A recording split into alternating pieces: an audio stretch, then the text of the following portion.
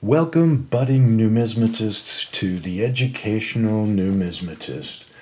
I am Adam of Adam's Rare Coins. I do run a regular stream on Whatnot, but the real purpose of this channel became clear as I was running my streams on Whatnot that a lot of people who were either buying from me or just coming into my stream and checking things out, they had a lot of questions. They weren't really sure.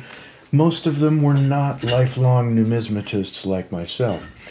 First question is I get all the time, what is a numismatist? What the hell is that? Well, basically, a numismatist is just a fancy, highfalutin way of saying a coin collector or somebody who appreciates coins. It is just probably a Latin term. I don't know what the actual root of it is, but the whole coin collecting thing is known as numismatics. A coin collector is known as a numismatist. So that out of the way, the next thing I get asked quite often is, well, I'm kind of interested. I'd maybe even like to get started, but I have no idea where to start.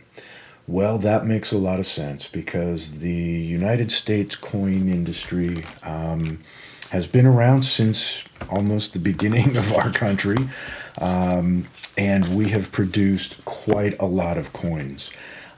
So the first resource I would recommend is having a good magnifying glass. The reason for that being some of our coins throughout our history, for instance, this barber dime, they're rather small. And unless you've got really good eyesight, you might not necessarily be able to make out details like the date or, more importantly, the mint mark, such as you will see on this particular Morgan dollar. On a Morgan dollar, the mint mark is actually down below the eagle right there. You see that O? That signifies the New Orleans mint. So unless you've got really good eyesight, it helps tremendously to have a good magnifying glass. Even better, although it is totally optional, is a good jeweler's loupe. This one is a 30-time loupe. The reason for that you will see in 1 second here, because I can get such a good look at that coin. If that was close up, I mean, you would really get to see a nice microscopic view of that coin. So in order to really know and be able to see what it is you're working with, a good loupe or a magnifying glass is key. All right, now that you can see it, all right, how do I figure out what the heck it is? Well, the absolute first thing I recommend any new collector purchase is a guidebook of United States coins. This has been known affectionately by the Red Book pretty much since its inception in 1947.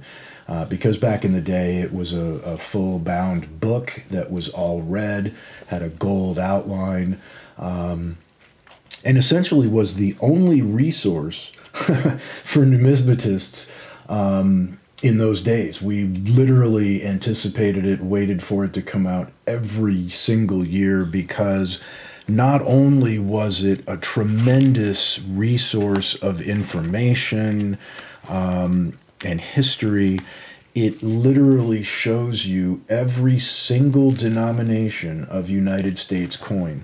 So, for instance, if you're interested in Morgan dollars, you can turn to the Morgan dollars page, get a nice little history, get a couple of pictures, and let's say you didn't know what this was. Well, now that you can see it, you can identify with that photo, oh, that's a Morgan dollar. Okay, great. Now, there are additional benefits to the Red Book. They give you the history, like I said, but they also give you a nice little basic guide of how to grade the coin, or what you should be considering looking at when you are grading a coin. Again, that becomes important when looking at the coin, that's where a loop comes in handy because, for instance, um, how do you tell all hairlines are strong and the ear is bold, etc., etc.? If you can't see them well, you don't have a choice, or a chance, I should say. Now, another wonderful resource is, oh, and I'm sorry, and the other issue with the Red Book is by date, they provide you with a list of the dates and the mint mark, and just as importantly, what is known in numismatics as the mintage. Okay, how many of them were printed, basically? How many were manufactured in a given year by a given mint? So in 1878, the Carson City Mint only made 2.2 million coins. That's relatively low. That's also why those are relatively expensive coins. You'll see that there are over mint mark dates. There are varieties. There's only 750,000 of those. Those start at $650 for a very fine 20. I don't want to get too bogged down in that, but this is a tremendous resource for people just starting out. If you get a Morgan dollar, for instance, let's look at this one again. This one happens to be in 1885 New Orleans. You can pull out your Red Book and see, okay, 1885 New Orleans. All right, they made 9.1 million of those, almost 9.2 million of those. Now, the different numbers along the top represent different grades. Don't get bogged down in that. I'm going to put together a separate video talking about what those grades mean and what they represent and why, as you can see, in some cases, there are ridiculous differences from one grade to the next. But the Red Book, one of the most valuable resources you will ever invest in as a new numismatist. All right. The next issue is PCGS. It is an organization called Professional Coin Grading Service, obviously for obvious reasons, better known as PCGS.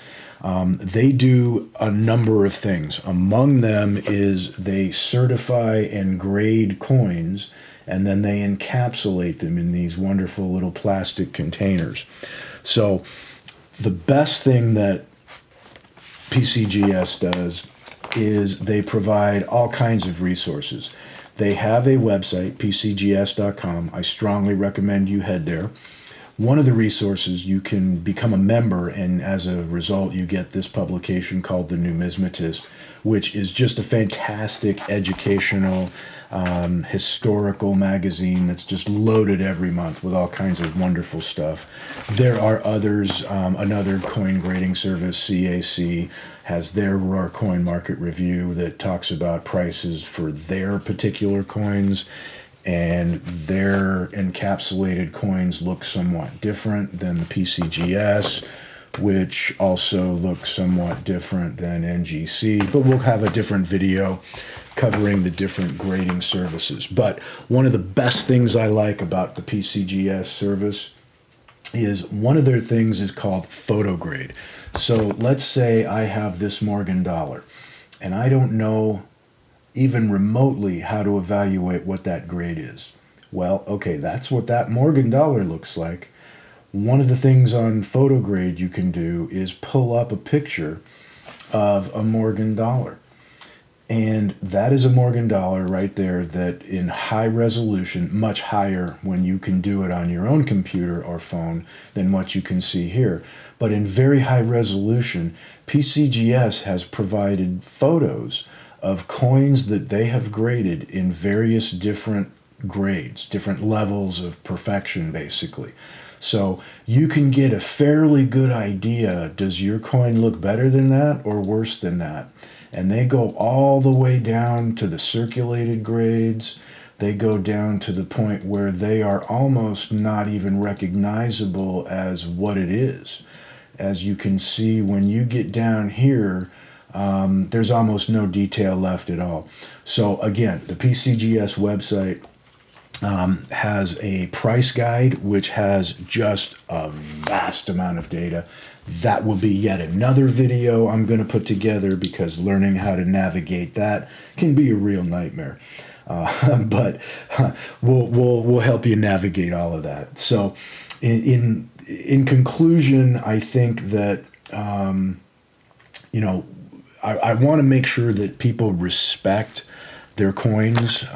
You'll notice that, even a lowly, silver quarter from 1964 is in a little plastic sleeve. I have gloved hands.